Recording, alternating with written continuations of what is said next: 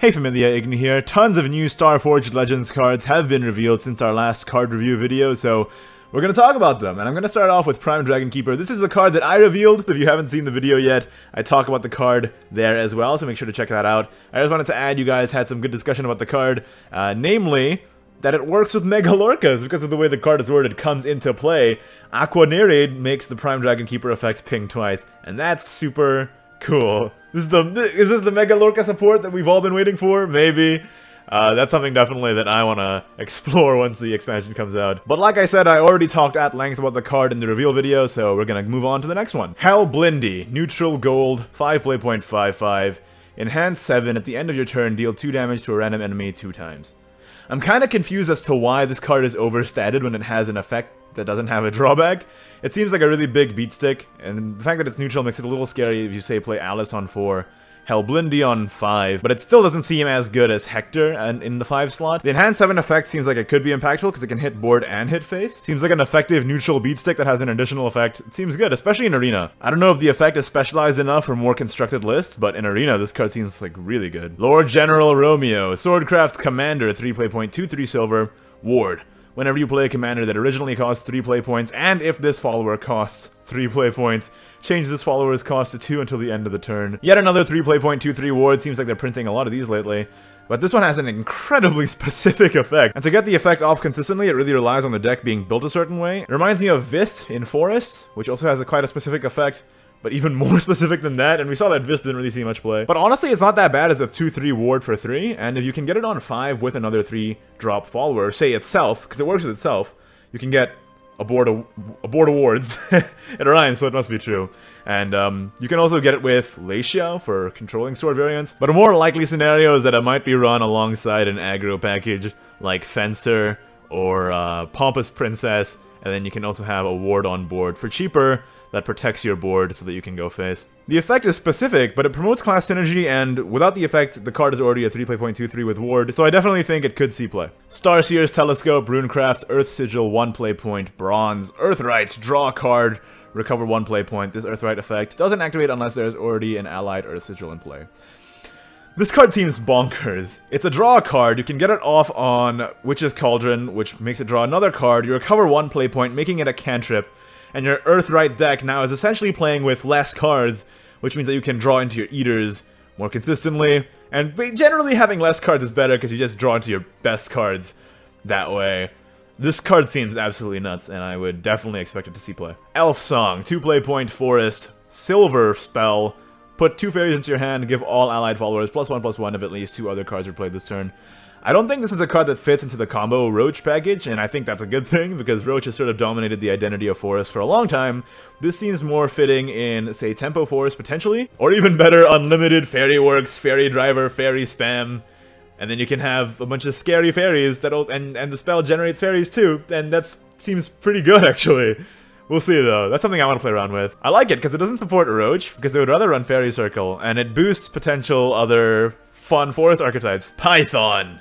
Dragon Legendary, 10 play point 8/9, fanfare, banish all cards that cost 7 play points or less from your deck. The effect is cool, so you get to 10 play points, and then you play this, and then you basically ensure that you never draw your weenies again, and you're just consistently drawing your 10 drops, and it's gonna be pretty hard for them once you're at 10 and you're dragon, and you're just playing consistent 10 drops turn after turn after turn, after getting rid of all your terrible low-cost cards. Banishing 7 play points or less does hurt a little bit for stuff like Dreadsea combos, because you can't make sure to pull an Ariete, because you banish the Ariete, but I could see this being run as a one-of in some Ramp Dragon variations, to make sure that you always get your big threats turn after turn, but the fact that it's another 10 drop makes it a little on the heavy side, and Dragon already runs so many 10 drops. It also doesn't really do anything to the board once you play it, but if you can ramp far ahead enough of your opponent and then slam this down, your deck is going to be really scary from that point on. You could also run it with Dragonclaw Pendant and Prince of Darkness for Astaroth's Reckoning OTK, and that is really cool. Andrealphus, Shadowcraft, 2 play point 1/2 gold.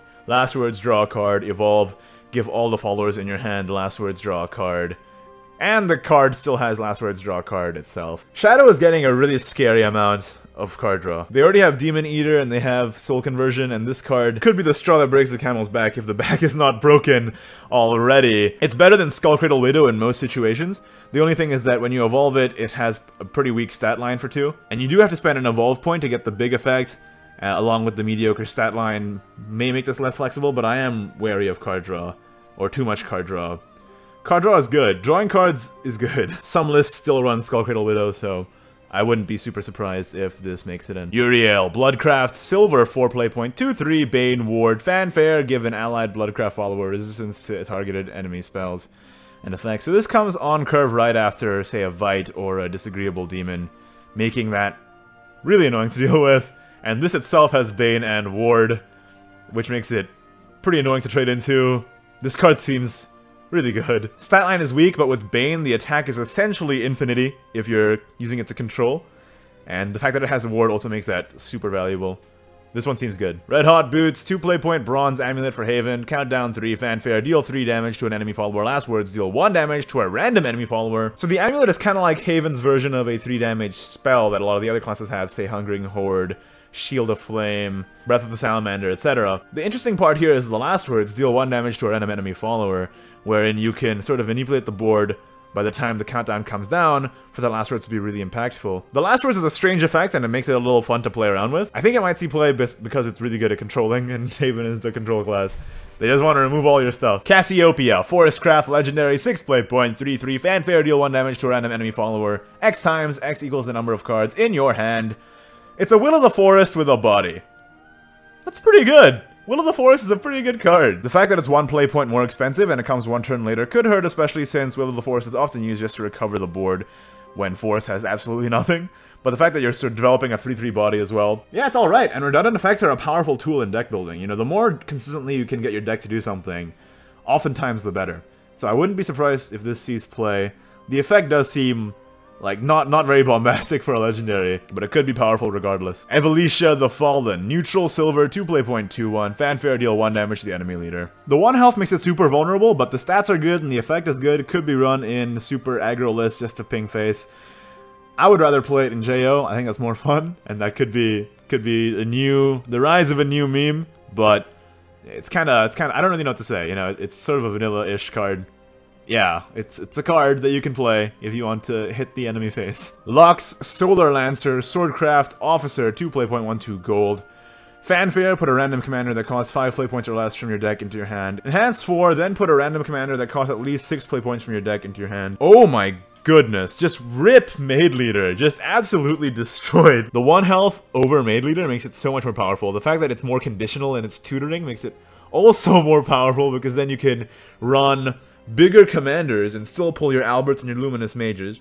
And the fact that it has Enhance 4, draw another bigger card, makes it a lot better later game if you're, say, top decking. You can pull a bigger threat and stay in the game. This card is bonkers. I think this card is really good. Lightning Lancer, 4 play point, 4/3, Bronze Rune, evolve, deal 3 damage to an enemy. It's Dragon Warrior.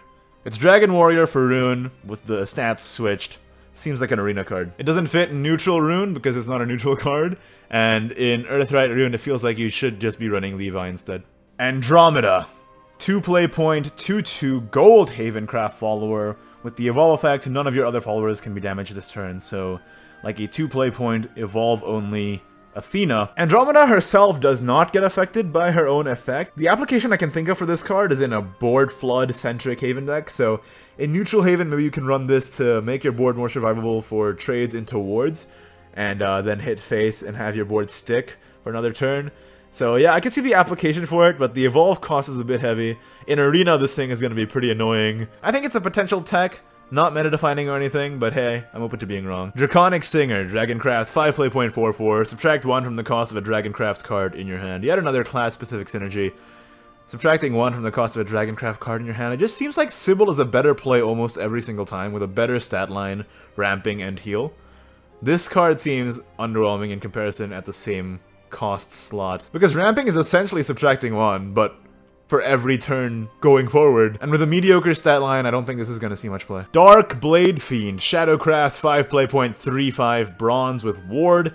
At the end of your turn, use Necromancy to deal 2 damage to a random enemy follower. 5 health on a ward is quite hefty, and with that Necromancy effect, Necromancy 2 isn't hard to activate at all, and it can just ping off your board, especially if you're more board flood-centric, going wide rather than tall. Which is good for Shadow, because typically the way you counter Shadow is by going wider, because Shadow has better tools against tall threats. This card seems like it could be annoying, especially in Arena. I think this card is going to be bonkers in Arena, but it could even see constructed play. Gunnlod, 7 play point, 4/7 bronze. Clash, gain +3/+0.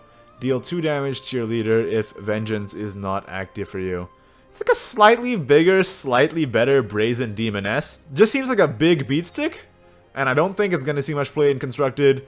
It could be an okay arena pick though, especially since it's really hard to trade into. And that's it! Those are the new cards that have been officially revealed so far, and my thoughts on them. But of course, the important thing here is, what do you think? Am I wrong? Am I right? Is there something I missed? Let me know in the comment section down below. Let's turn the comments into a bit of an open discussion about these newly revealed cards. Thank you so much for watching. Like the video if you did. Don't even subscribe for more Shadowverse content in the very near future. And of course, thank you to my wonderful patrons, patreon.com/Ignideus. If you want to help support the channel as well, I would highly appreciate it. And I'll see you next time. Bye-bye.